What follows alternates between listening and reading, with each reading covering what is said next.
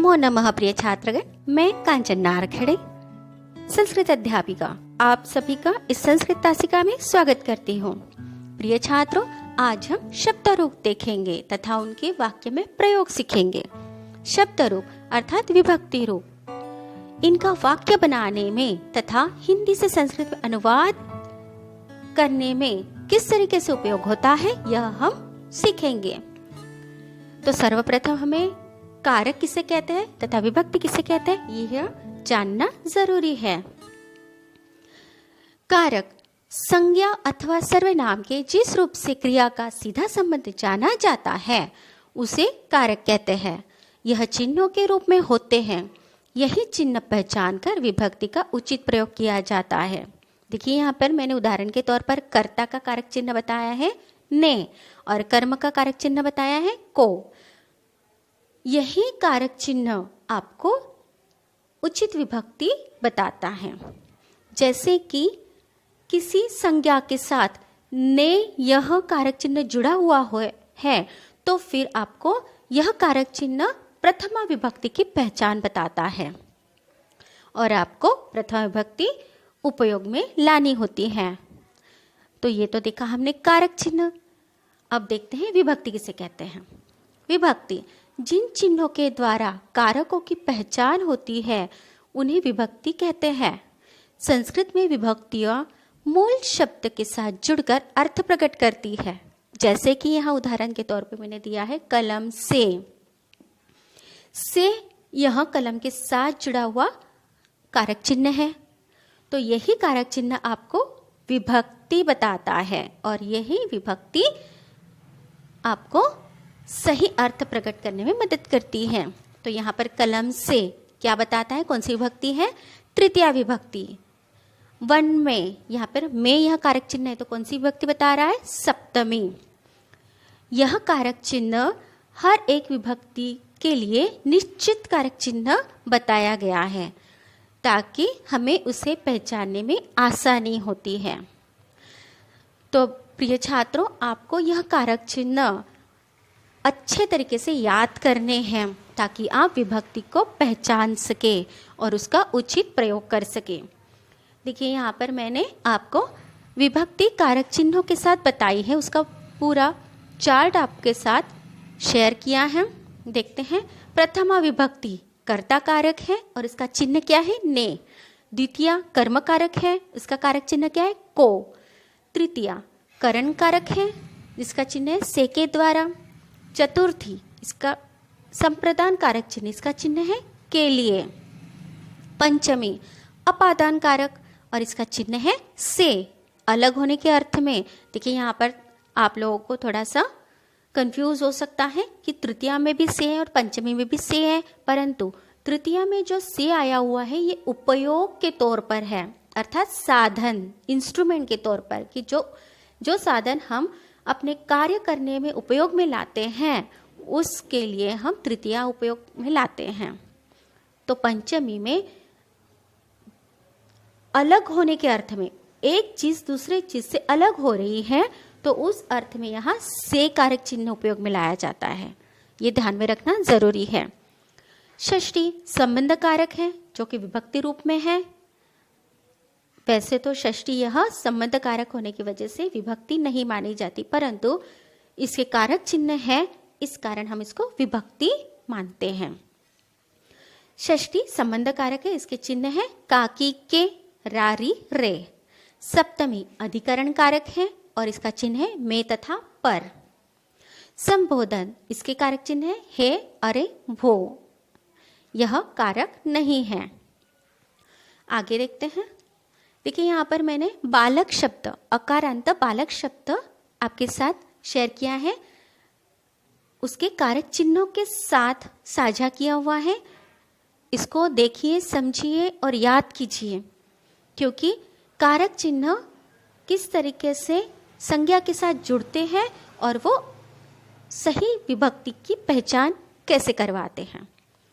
प्रथमा विभक्ति कर्ता कारक, एक वचन, द्विवचन, बहुवचन। देखिए बालकः, बालकौ, बालकाः, इसके कारक चिन्ह जुड़ने के बाद अर्थ क्या होते हैं, बालक ने एक वचन में, द्विवचन में 2 बालकों ने और बहुवचन में बहुत बालकों ने। द्वितीय कर्मकारक बालकम, बालको, बालकान, और कारक चिन्ह के साथ जुड़ने के बाद क्या अर्थ प्रकट होता है? बालक को, 2 बालकों को और बहुत बालकों को। तृतीय विभक्ति करण कारक बालकेन, बालकाभ्याम, बालकैहि, और कारक चिन्ह के साथ जुड़ने के बाद क्या अर्थ प्रकट करते हैं? बालक से, 2 बालकों से और बहुत बालकों से। चतुर्थी बालकाय, बालकाभ्याम, बालकेभ्यः, और इसके अर्थ कारक चिन्ह कैसे प्रकट करते हैं? तो एक बालक को एक बालक के लिए, 2 बालकों को 2 बालकों के लिए, बहुत बालकों को या बहुत बालकों के लिए। इसी तरीके से पंचमी बालकात अर्थात बालक से, बालकाभ्याम अर्थात 2 बालकों से, बालकेभ्य बहुत बालकों से। षष्ठी बालकस्य संबंध कारक है। इसका अर्थ कैसे लगाया जाता है? तो एक बालक का, 2 बालकों का और बहुत बालकों का। देखिए हर एक विभक्ति का कारक चिन्ह निश्चित किया हुआ है ताकि हमें उसका अर्थ आसानी से समझ सके या मिल सके। सप्तमी अधिकरण कारक बालके, इसका अर्थ है बालक में या बालक पर, बालकयोः 2 बालकों में या 2 बालकों पर, बालकेषु बहुत बालकों में या बहुत बालकों पर। संबोधन हे बालक, हे बालकों, हे बालकाः, यह अर्थ क्या बताता है? हे एक बालक, हे 2 बालकों और हे बहुत सारे बालकों। इस तरीके से यहाँ बालक शब्द मैंने कारक चिन्हों के साथ बताए हैं। इसी तरीके से आकारांत स्त्रीलिंगी लता शब्द, कोई भी आकारांत इकारांत शब्द हो जो कि स्त्रीलिंगी माना जाता है, तो इसके कारक चिन्ह भी उसी तरीके से उपयोग में लाए जाएंगे जैसे कि अकारांत बालक के साथ बताए गए हैं। उसी तरीके से इसके भी अर्थ प्रकट होंगे, जैसे कि प्रथमा विभक्ति लता, लते, लताहा, और इसके कारक चिन्ह कैसे अर्थ प्रकट करेंगे? तो एक लता ने, 2 लता ने या अनेकों लता ने। द्वितीय विभक्ति लताम, लते, लताहा, एक लता को, 2 लताओं को और अनेक लताओं को। इस तरीके से बाकी की विभक्तियां भी कारक चिन्ह के साथ अर्थ प्रकट करती हैं, उसके निश्चित कारक चिन्हों के साथ। अकारांत नपुंसकलिंगी शब्द, सभी अकारांत नपुंसकलिंगी शब्द इसी तरीके से उसके अर्थ प्रकट करेंगे, जैसे कि लता और बालक के शब्द कारक चिन्हों के साथ अपने अर्थ प्रकट करते हैं। वही कारक चिन्ह यहाँ पे भी लगाए जाते हैं, जैसे कि प्रथमा फलम, फले, फलाने, एक फल ने, 2 फलों ने और अनेक फलों ने। द्वितीय विभक्ति फलम, फले, फलाने, एक फल को, 2 फलों को और अनेक फलों को। इसी प्रकार बाकी की विभक्तियां भी कारक चिन्ह से अर्थ प्रकट करेंगी। वही कारक चिन्ह जो कि अकारांत पुल्लिंग में लगे हैं, आकारांत लता में लगे हैं, वही इसमें लगेंगे। सभी शब्द, विभक्ति के सभी शब्द इसी तरीके से कारक चिन्ह लगाते हैं और उसके अर्थ प्रकट करते हैं। अब उदाहरण के तौर पर देखते हैं कि यह विभक्तियां किस तरीके से वाक्यों में कार्य करती हैं और उपयोग में लाई जाती हैं। हम किस तरीके से इसका अनुवाद करेंगे या फिर किस तरीके से वाक्य को निर्माण करेंगे। देखिए प्रिय छात्रों, यहाँ पर कुछ उदाहरण के तौर पर मैंने वाक्य साझे किए हैं। पहला वाक्य है बालक विद्यालय जा रहा है। देखिए ये हिंदी का वाक्य है। अब इसमें आपको कहीं भी कारक चिन्ह दिखाई दे रहा है? बालक के साथ, विद्यालय के साथ, जा रहा है, ये तो क्रियापद है। बालक के साथ नहीं है, विद्यालय के साथ नहीं है, परंतु यहाँ कर्ता कौन है? बालक। तो कर्ता हमेशा प्रथमा विभक्ति में ही लगाया जाता है, इसीलिए बालक हो।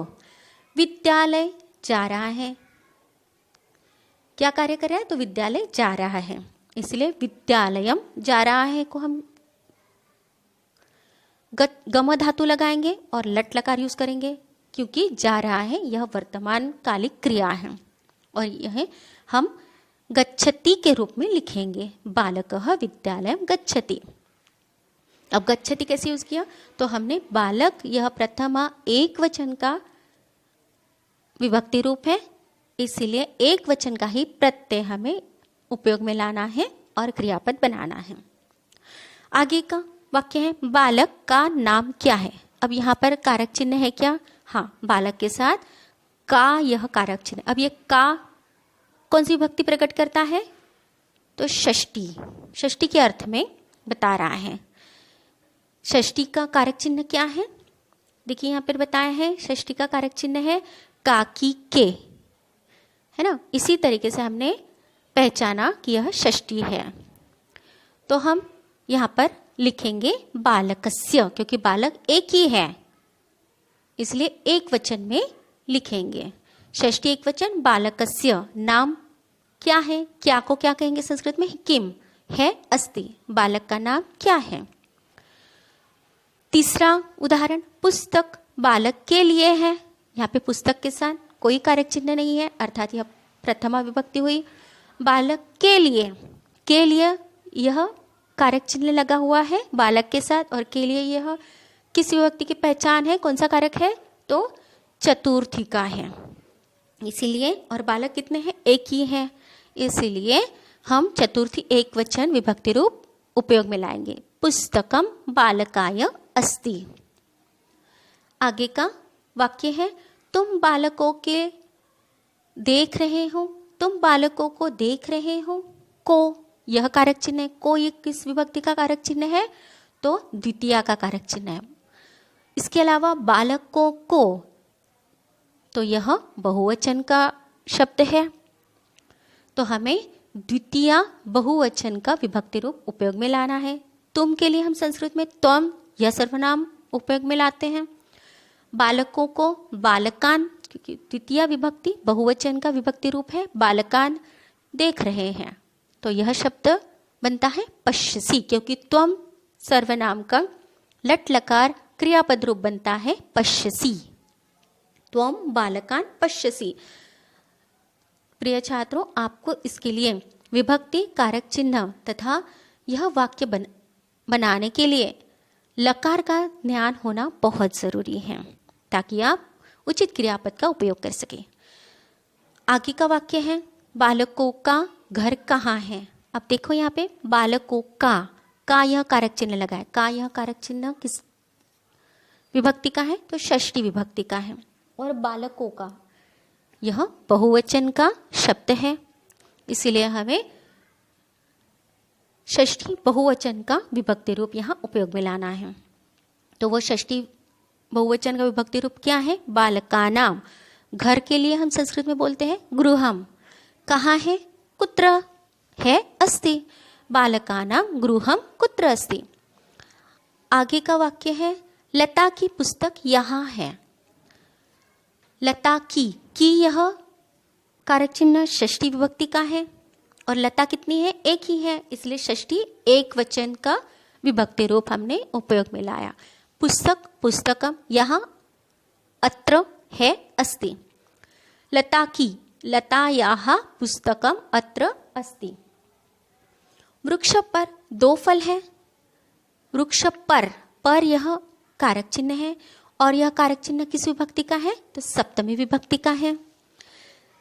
और कितने वृक्ष है, एक ही वृक्ष है, तो हमें वृक्ष पर को सप्तमी एक वचन में ही लिखना है, अर्थात वो शब्द क्या बनेगा, क्या विभक्ति रूप बनेगी, वृक्षे। दो फल है, कितने फल, दो फल। फल को संस्कृत में फलम कहा जाता है। अब दो फल है तो फिर यह द्विवचन बनेगा। दो फल यह संज्ञा सर्वनाम है, मतलब प्रथमा विभक्ति द्विवचन का शब्द है, इसलिए फले। और कर्ता दो फल है तो फिर इसका क्रियापद भी द्विवचन में ही होना चाहिए। तो क्या हुआ, यह लट लकार का प्रथम पुरुष द्विवचन प्रत्यय है, स्तः। वृक्षे फले स्तः, इस प्रकार से हमारा वाक्य बन गया। कक्षा में छात्र पढ़ रहे हैं। कक्षा में यह कारक चिन्ह है। यह कारक चिन्ह कौन सी विभक्ति का है, तो हमने पहले ही देखा था, कारक के चार्ट में कि यह सप्तमी का कारक चिन्ह है, इसीलिए यहाँ सप्तमी विभक्ति उपयोग में लानी चाहिए। पर कौन से वचन में? तो कक्षा, एक ही कक्षा है, इसीलिए एक वचन, सप्तमी एक वचन। कक्षायाम, छात्र पढ़ रहे हैं। कौन पढ़ रहा है? तो छात्र, और बहुत सारे छात्र हैं, परंतु छात्र कौन सी विभक्ति का है? तो ये संज्ञा है। सर्वतः यह प्रथमा विभक्ति का विभक्ति रूप है, और हमें कौन से वचन का चाहिए? बहुवचन का चाहिए, इसलिए प्रथमा विभक्ति बहुवचन का विभक्ति रूप। कक्षायाम छात्राः पठन्ति, ये बन गया हमारा संस्कृत वाक्य। अब देखिए प्रिय छात्रों, हमने यहाँ बहुत सारे उदाहरण देखे हैं, और यह उदाहरण आपको अनुवाद किस तरीके से करना है यह बताते हैं, तथा वाक्य कैसे निर्माण करने ये बताते हैं, विभक्ति कैसे पहचानिए ये बताते हैं। तो प्रिय छात्रों, इस वीडियो को आपको अच्छे से देखना है, समझना है, और विभक्ति कारक चिन्ह अच्छे से याद करने हैं, लिखित रूप में भी और मौखिक रूप में भी। जब तक ये आपके अच्छे से याद नहीं होते, आप इसका उपयोग नहीं कर पाओगे, और ना ही आप इस तरीके से वाक्य बना पाओगे। तो प्रिय छात्रों, आपको विभक्ति कारक चिन्ह अच्छे से याद करने हैं, और इस तरीके से संस्कृत में वाक्य बनाने हैं। धन्यवाद।